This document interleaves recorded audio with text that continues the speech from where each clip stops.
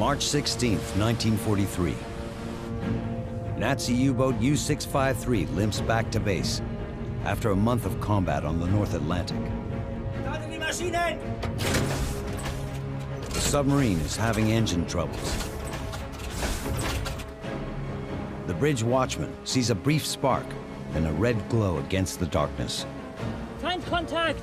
A sailor on deck lighting his cigarette has revealed the presence of an Allied ship. Lookouts scan the surrounding seas and find themselves surrounded by the ghostly shadows of dozens more. Wir sind mitten im Konvoi. U-653 has somehow managed to sail into the midst of an Allied convoy. It is a lucky accident that sets the stage for the largest convoy battle of the Second World War. In World War II, a subsea weapon allows warriors to fight from beneath the waves. With cunning, force, and tenacity, their enemies strike back. Revolutionary, but still sometimes primitive, it's a desperate bid to change the course of war. Their stories are legend.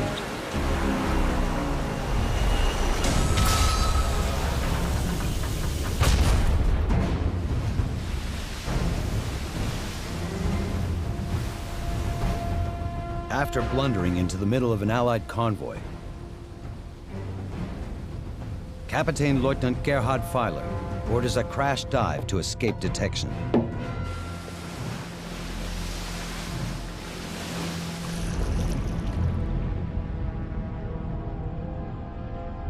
Wie geht's euch allen? Safely submerged, U-653 tracks the vessels that pass overhead. Schraubgeräusch über uns.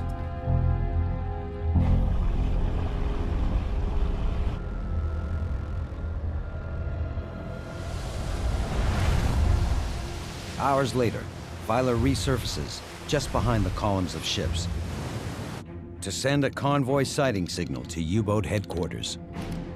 Within an hour, 28 U-boats home in on U-653 to form one of the largest Wolfpack forces ever. The destruction inflicted by Nazi U-boats over the next 3 days will bring them to the brink of victory in the Battle of the Atlantic.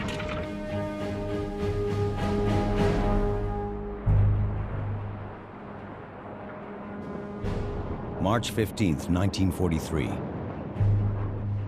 Allied convoy HX.229 plows through stormy seas on a north-northeasterly course. The merchant ships are escorted by warships for protection.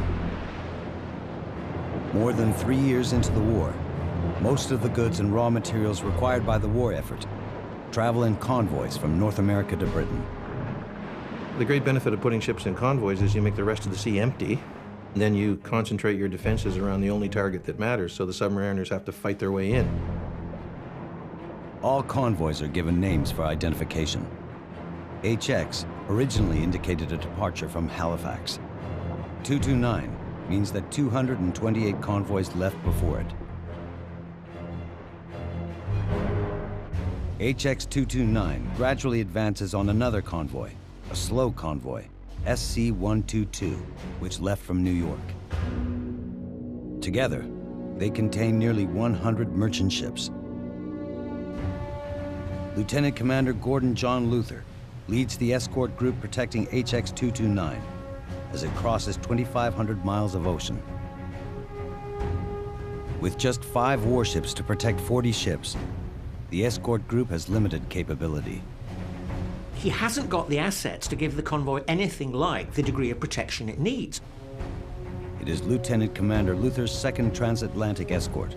His first was without incident. This time, he won't be so lucky.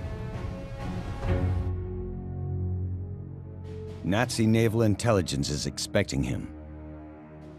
When these 2 convoys were leaving North America, the German B-Dienst, the German intelligence department, was able to read the Allied convoy signals And this, of course, gave the opportunity to send out the U-boats to find and to fight that convoy.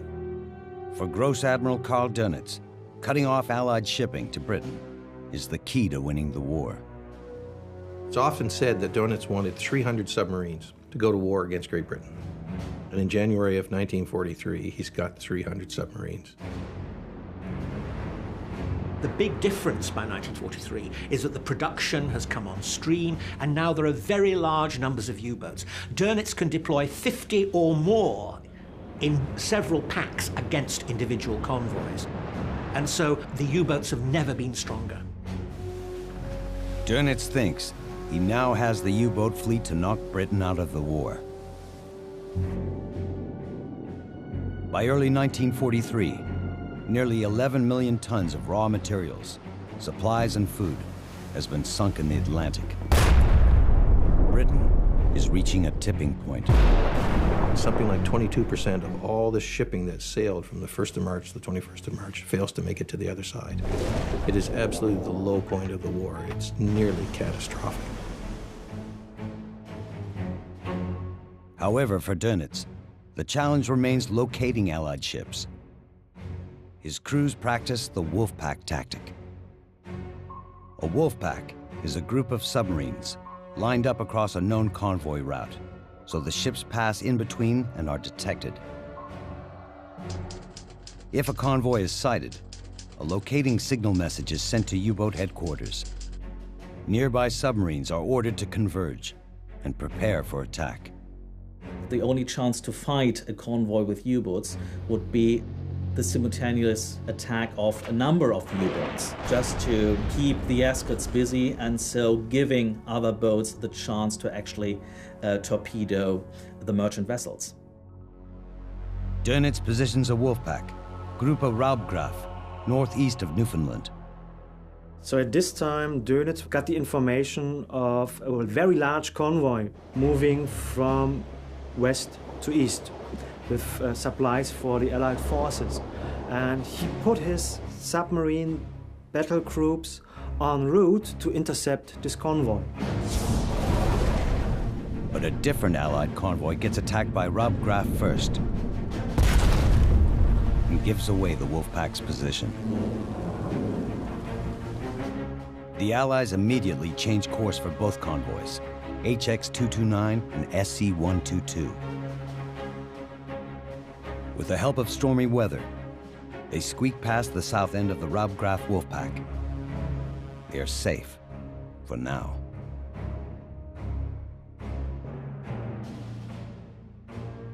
But German intelligence also intercepts the Admiralty's rerouting signal. Like a chess player, Donitz then moved his boats like you move your chess figures and tried to gather as many U-boats as possible for attack on convoys. Donitz activates two more Wolfpacks, Gruppe Stürmer and Dränge, to locate and destroy the merchant ships. Still 5 days from its destination in Liverpool, Lieutenant Commander Luther's convoy approaches the most dangerous part of its journey, what some call the Devil's Gorge. The Germans would tend to concentrate their wolf packs in this area in mid-Atlantic. And by early 1943, there are a lot of U-boats. Important protection to Allied shipping comes from air coverage. Long-range aircraft equipped with radar and armed with depth charges drive U-boats underwater to deter attacks against merchant shipping. But far out in the Atlantic is an expanse of ocean beyond the range of air support. The Allies call it the air gap. There is a gap in the middle of the Atlantic which cannot be covered by aircraft flying from Canada or Iceland or flying from Northern Ireland. Given the range of most of the aircraft, essentially, therefore, sensibly, the U-boats concentrate on that area where the threat to them is least. It takes 2 or 3 days for ships to pass through the air gap. Without aerial coverage and only 5 warships to protect convoy HX.229, Luther steams ahead unprepared for what Donitz has in store. Somewhere along that stretch between the Grand Banks of Newfoundland and the approaches to Ireland, they're going to find you.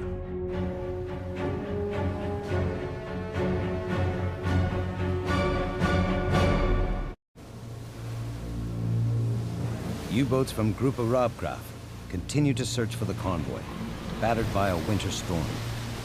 You have a wind blowing with up to 60, 70 miles per hour, sometimes into the face of the crews, temperatures a little bit above 0 centigrade, and you have the water spilling over the open bridge. They have to be there on the conning tower with their binoculars and spotting into the 3 directions to get any possible contact. Finding ships is not easy at the best of times. It was really hard for a submarine to spot an Allied convoy, still like the search for a needle in a haystack.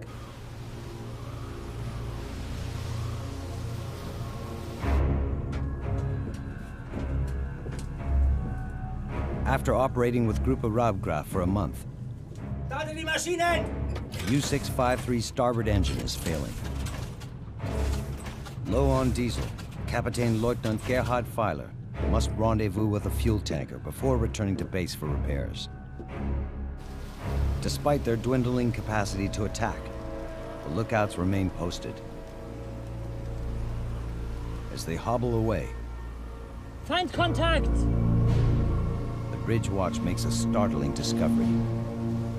Visibility is very poor.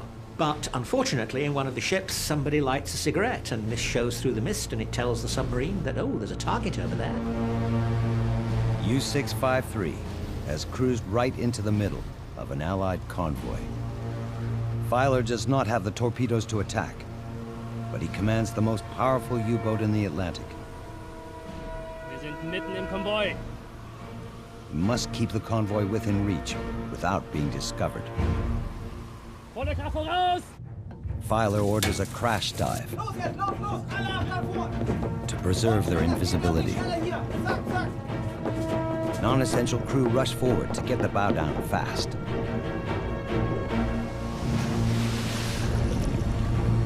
Wie geht's euch allen?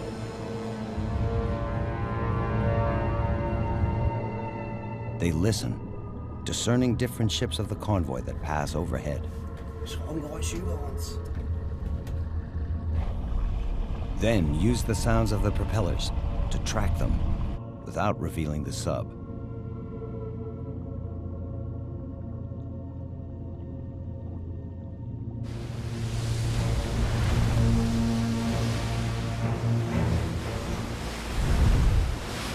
Hours later, Feiler surfaces behind the columns of merchant ships and their escorts, still undetected.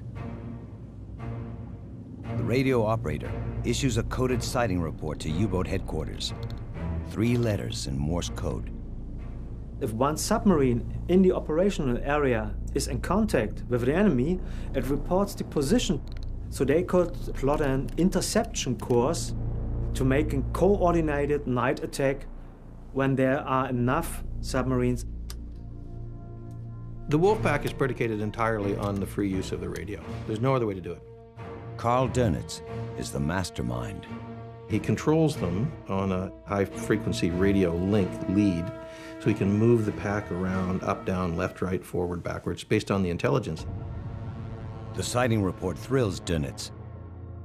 He now has a precise target. The rest of Gruppe Raubgraf is just 80 miles away.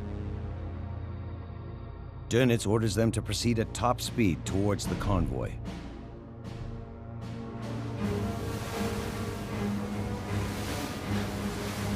U-653 continues to transmit location updates as it shadows the convoy. 11 U-boats from the Stürmer and Dränger Wolfpacks also set course from the east. By nightfall, 38 U-boats advance on the lightly defended ships. One of the largest numbers of U-boats was gathered for attack on those convoys. Very low on diesel, Feiler is released to refuel and return to port. But now U-615 and 3 other U-boats stalk convoy HX.229 and the thousands of tons of Allied shipping it protects. They send a short-coded signal to update their location every 2 hours. The information is relayed to other U-boats to update their bearings.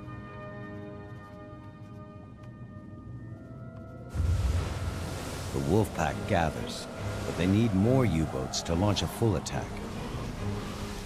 They follow Luther's convoy into the air gap.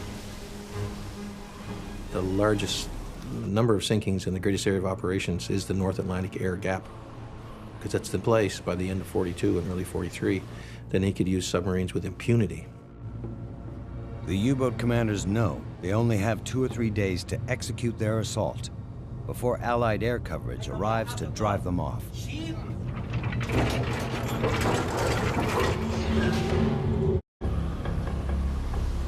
U-boats have been trailing convoy HX.229 and relaying coordinates by wireless to allow neighboring wolf packs to close in. But radio operators at U-boat headquarters aren't the only ones listening. The Allies also intercept the messages via stations along the coasts.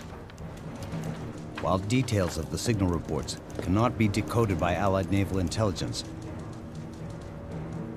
the transmissions provide critical information. Even if you can't read the codes of what the submarines are saying, you can tell it's a submarine by what's called DFing, direction finding. The Allies intercept signals using 2 or more shore stations, equipped with high-frequency direction-finding technology. Then, with basic triangulation, the Allies can determine the approximate location of the U-boat. Any radio message could be picked up, could be triangulated, and you knew there was a submarine there. So the Operational Intelligence Center could keep a pretty good tab on where German submarines were. The Admiralty relays the calculations to Luther aboard HMS Volunteer. Lieutenant Commander Luther is in a terrible situation. He knows from his intelligence reports that he's surrounded by a huge number of U-boats. He only has 3 of his own ships plus a destroyer, but he knows it's totally inadequate for the scale of the attack that is coming. Luther's situation is bleak. German U-boats often wait to exploit the cover of darkness, and the sun has begun to set.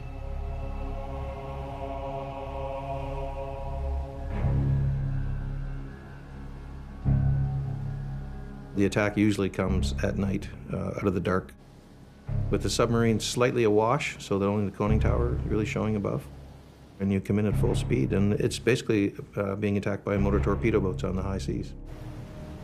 Expecting an attack from the north, Luther positions his ship, HMS Volunteer, on the port column of the merchant ships. He orders the other escorts to adopt defensive positions around the convoy.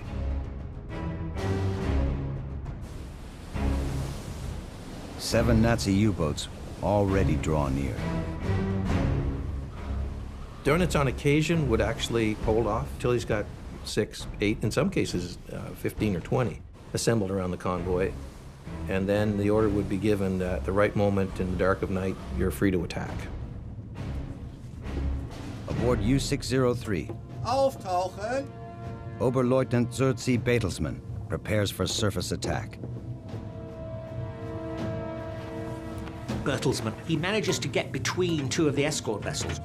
One of them, HMS Beverly, an American-built destroyer in Royal Navy service, and one of the corvettes. And he skillfully maneuvers between the escorts so that he can fire his torpedo into the convoy.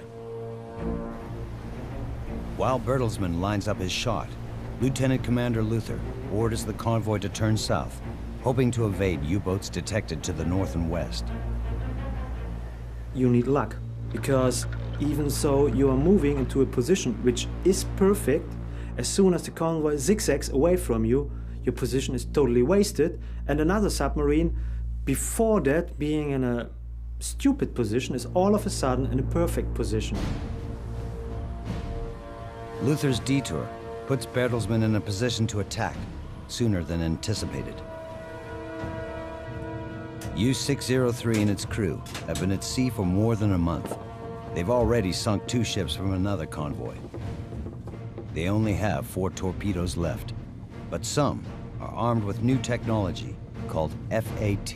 The Germans had developed a new pattern-running torpedo known as the FAT. You didn't actually have to penetrate the convoy. You actually could fire a torpedo from outside into the convoy, and it would run in a pattern. A torpedo armed with FAT guidance system makes regular turns and sweeps through until it runs out of fuel or makes a hit. And it also gave the appearance that the U-boat was inside the convoy even when it was outside. But it's risky. FAT torpedoes do not discriminate between Allied ships and German U-boats. Both are in danger. Bertelsmann's radio operator sends out a warning to other U-boats that FAT-armed torpedoes are about to be launched. When the submarine gets the information about one submarine firing the FAT torpedo, they have to leave the area where the torpedo is moving, or they have to get deeper so that the torpedo would pass above them. Torpedo 2 und 3 laden. Then orders the crew to fire the 4 remaining torpedoes. Feuer!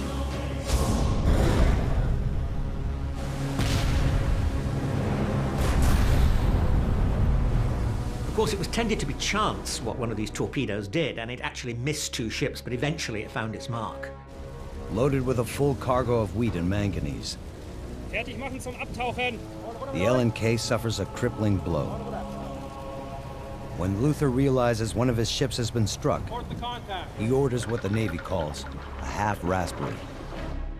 All escorts turn outwards to sweep their sector, following a triangular route to locate the submarine that has fired the torpedo.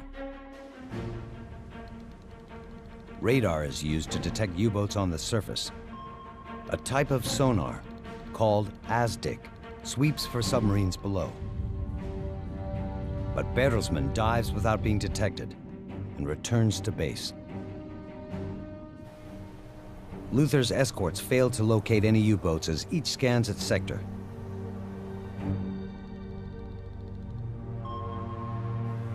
But during its sweep, HMS Pennyworth discovers the lifeboats of the LNK, the ship sunk by Bertelsmann. Luther's convoy lacks a designated rescue ship.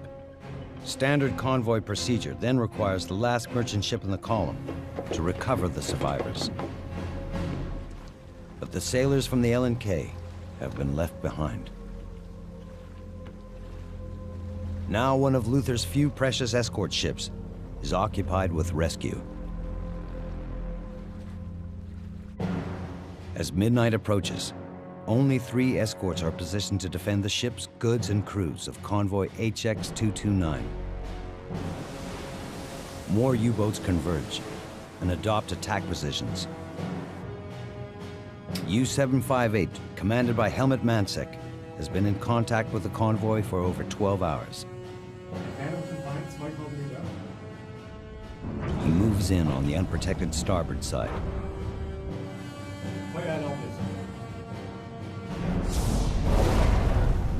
He fires 4 torpedoes into the convoy.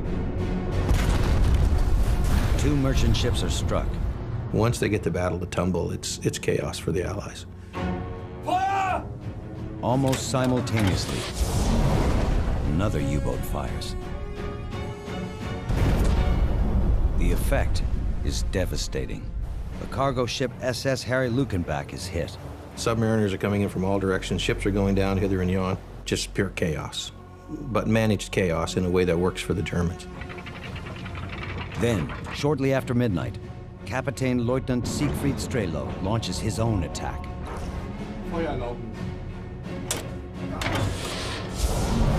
The American Liberty ship William Eustis, carrying 7,000 tons of sugar, is struck. Again, the last merchant ship in the column fails to retrieve the lifeboats.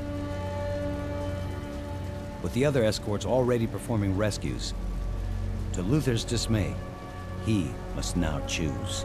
In an attack like this, where ships are going down, the escort commander is always on the horns of a terrible dilemma. Does he pick up survivors, or does he go after submarines? And it's very, very difficult, particularly in this case when there wasn't a dedicated rescue ship on this convoy. so therefore he's faced with a terrible choice. Luther does not hesitate for long. He too falls back to rescue survivors. The remaining ships of convoy HX.229 carry on, completely unprotected.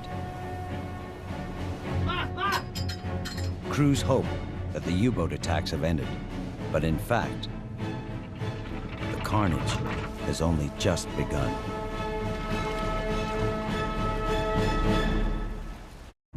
However, as the minutes pass, no attack comes. HMS Volunteer is the first escort to retake its position on the perimeter of the convoy. Soon afterwards, HMS Beverly and Mansfield also resumed defensive positions. But the reprieve proves short-lived. Aboard U-600, Kapitän Leutnant Bernhard Zermühlen Welcher Kurs liegt an? 20 Nordwest. has followed silently for 4 hours, monitoring the assault. Having completed his U-boat training in September of 1941, Zermühlen would commission and serve as the only commander of U-600. Beide Maschinen, volle Kraft voraus. He maneuvers his U-boat ahead of the convoy. Torpedorohr 1 und 4 laden. 1 und 4, laden. Then fires a salvo of 5 torpedoes. Torpedo 1, Feuer. Torpedo 1, Feuer. Torpedo 4, Feuer.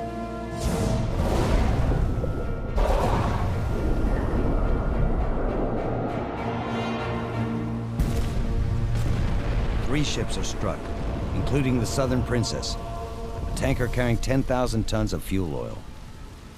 The U-boats consistently over time nibble away at the convoy, like U-600, which sinks a tanker, and very satisfactorily for the submarine, not so much for the convoy, it has a typical tanker explosion.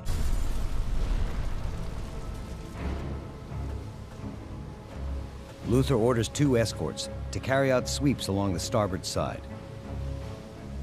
His own ship, HMS Volunteer, prowls to the port side. 2 submarines are detected on the surface and driven away. Luther, he does the best he can. He chases submarines away.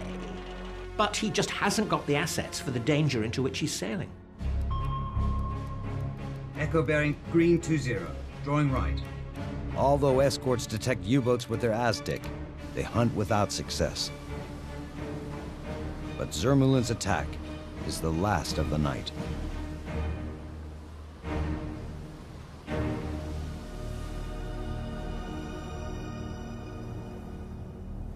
When dawn comes, the sun rises on a decimated convoy.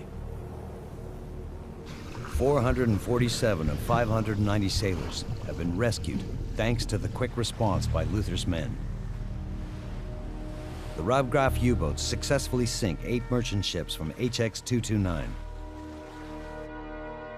About 100 miles ahead, slow convoy 122 has also been attacked overnight. One of the first Sturma Gruppe U-boats makes contact, and 4 more ships are lost. The first attack by the U-boats of the first pack sinks 12 Allied ships, quite a good ratio. It's a one-sided fight. Just 2 U-boats are damaged in the battle. A stream of signals arrives at U-boat headquarters, claiming almost 90,000 tons of merchant shipping has been sunk. Eventually, Donitz realizes that his U-boats have located not 1, but 2 Allied convoys. In this case, they had a bad operational planning in sending the convoys on the same route, so that they had to pass all through the contested area with German submarines, and it was a mistake. They reassessed later on, and they didn't do it the second time. Donitz sends a message to the U-boats to continue to press the attack. Because of this HX convoy in particular, suffering the greatest losses of any convoy of the war, there are rumblings in London that perhaps convoy isn't protecting merchant ships. So perhaps an alternative would have to be found. But the trouble is, there isn't one. During the day that follows, the crisis only worsens for the Allies. Previously well behind, HX.229 is catching up with slow-moving Allied convoy SC.122. Nazi U-boats have trapped nearly 100 sparsely defended merchant ships in just over 100 square miles. Most of the early Raubgraf boats, low on fuel and torpedoes, drop out of the battle.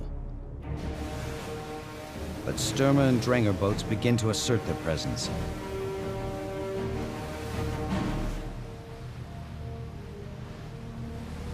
HX.229 is still well beyond range of most aircraft. If it had not been diverted so far to the south, air support might have been possible. But as of March 17th, the convoy is still far out in the air gap.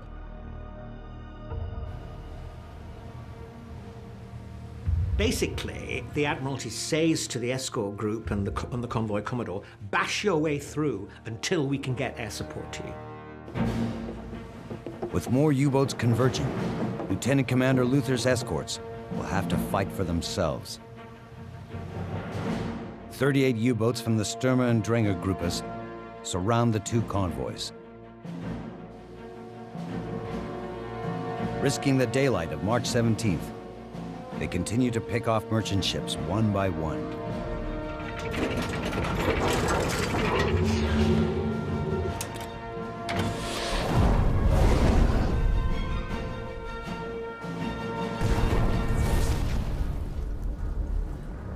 The size of this battle is quite extraordinary. I mean, well over 100 assets involved on both sides, escorts, merchant ships, U-boats.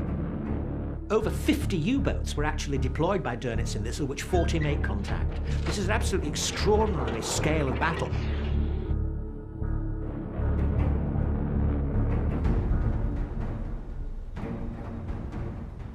But as the day goes on, the weather improves, allowing the Allied corvettes and destroyers to go on the offensive, to locate and attack U-boats. Their most effective weapons are depth charges, underwater bombs, designed especially to sink submarines.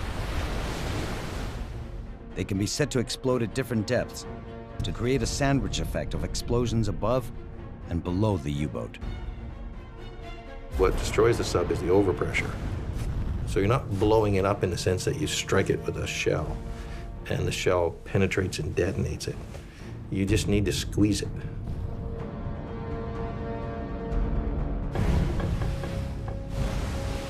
On his first patrol, Captain Lieutenant Kurt Lange commands U-530. He has just located HX.229 and transmits his sighting report. Frachter, Backbord voraus!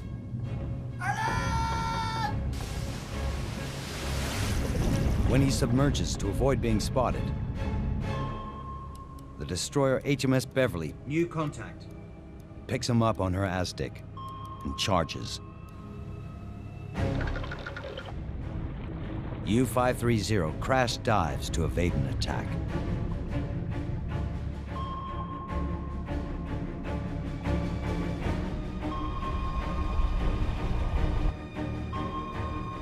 Beverly's sonar continues to ping off the U-boat.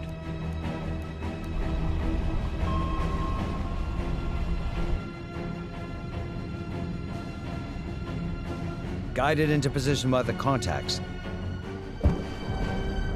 HMS Beverly drops its depth charges overboard.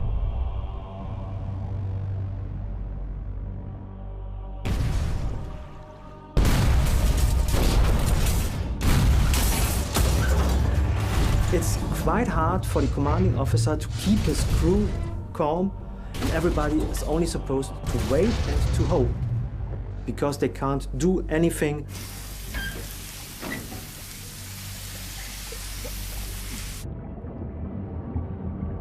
Outer structures are damaged in the blasts and begin to fill with water. The added weight drags the U-boat down. The boat sinks to nearly 800 feet. Everybody is under stress. You have a lot of adrenaline in yourself and you can't get rid of your adrenaline. You can't move. Water swirling in around their feet. Boat creaking under pressure. Captain Lieutenant Lange and his crew hear the destroyer directly overhead. He had to realize that now he is in the position of the prey and he is depending on luck because he can't do anything against the escorts. The thing about submarines is there are not a lot of wounded. If the sub goes down, everybody goes with it. Nobody's walking home.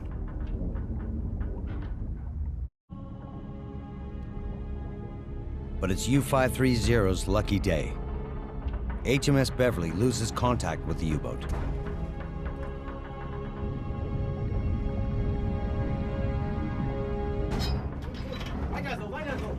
When the seas fall silent, the crew jumps into action. Carefully managing their remaining battery power, they ascend in 30-foot intervals. He has to conserve his battery fuel because he needs it for propulsion. Otherwise, the submarine would sink deeper and deeper.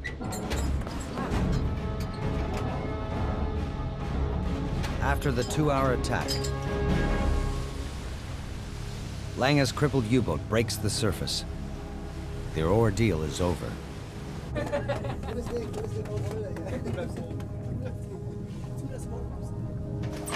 They are fortunate to be alive.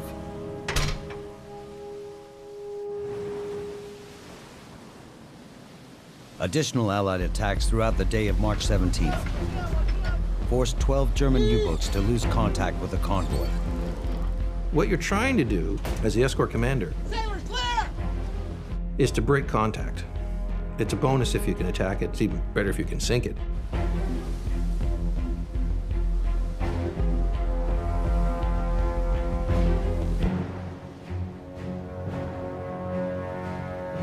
Gradually, the scales tip in the Allies' favor. Although U-boats continue to pick away, the two convoys approach the edge of the air gap. Allied aircraft can reach the convoys from Europe. The wolf packs are now also being hunted from the sky. Long-range air patrols, Liberators, Sunderlands, and Fortresses provide cover from the convoy, relieving pressure off the exhausted escorts. Like the cavalry coming over the hill, the arrival of Coastal Command aircraft alters the situation very significantly. Aircraft can force submarines down. Once submarines are submerged, their mobility is greatly reduced.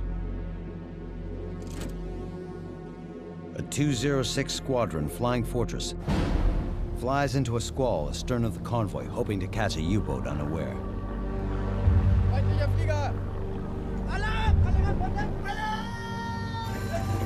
U-384 doesn't have a chance to dive before 4 depth charges are dropped. Explosions are spotted on either side of the U-boat. U-384 sinks to the ocean floor, taking with it the crew of 47. The Nazis' lethal weapon has become their iron coffin.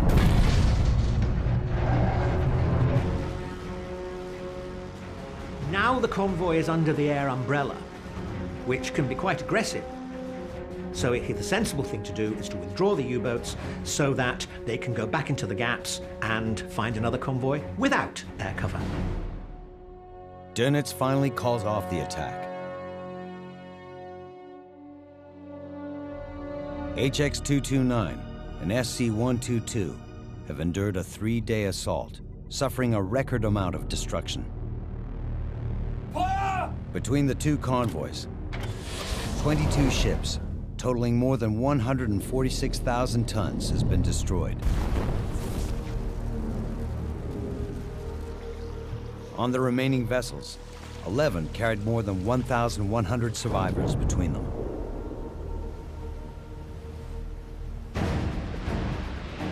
During the U-boat attacks of March 1943, Donitz's Wolfpack strategy works perfectly. The successful operations provide reason to believe Germany is on the brink of winning the war for the Atlantic. For the first 3 weeks in March of 1943, 100% of the convoys crossing the North Atlantic were intercepted.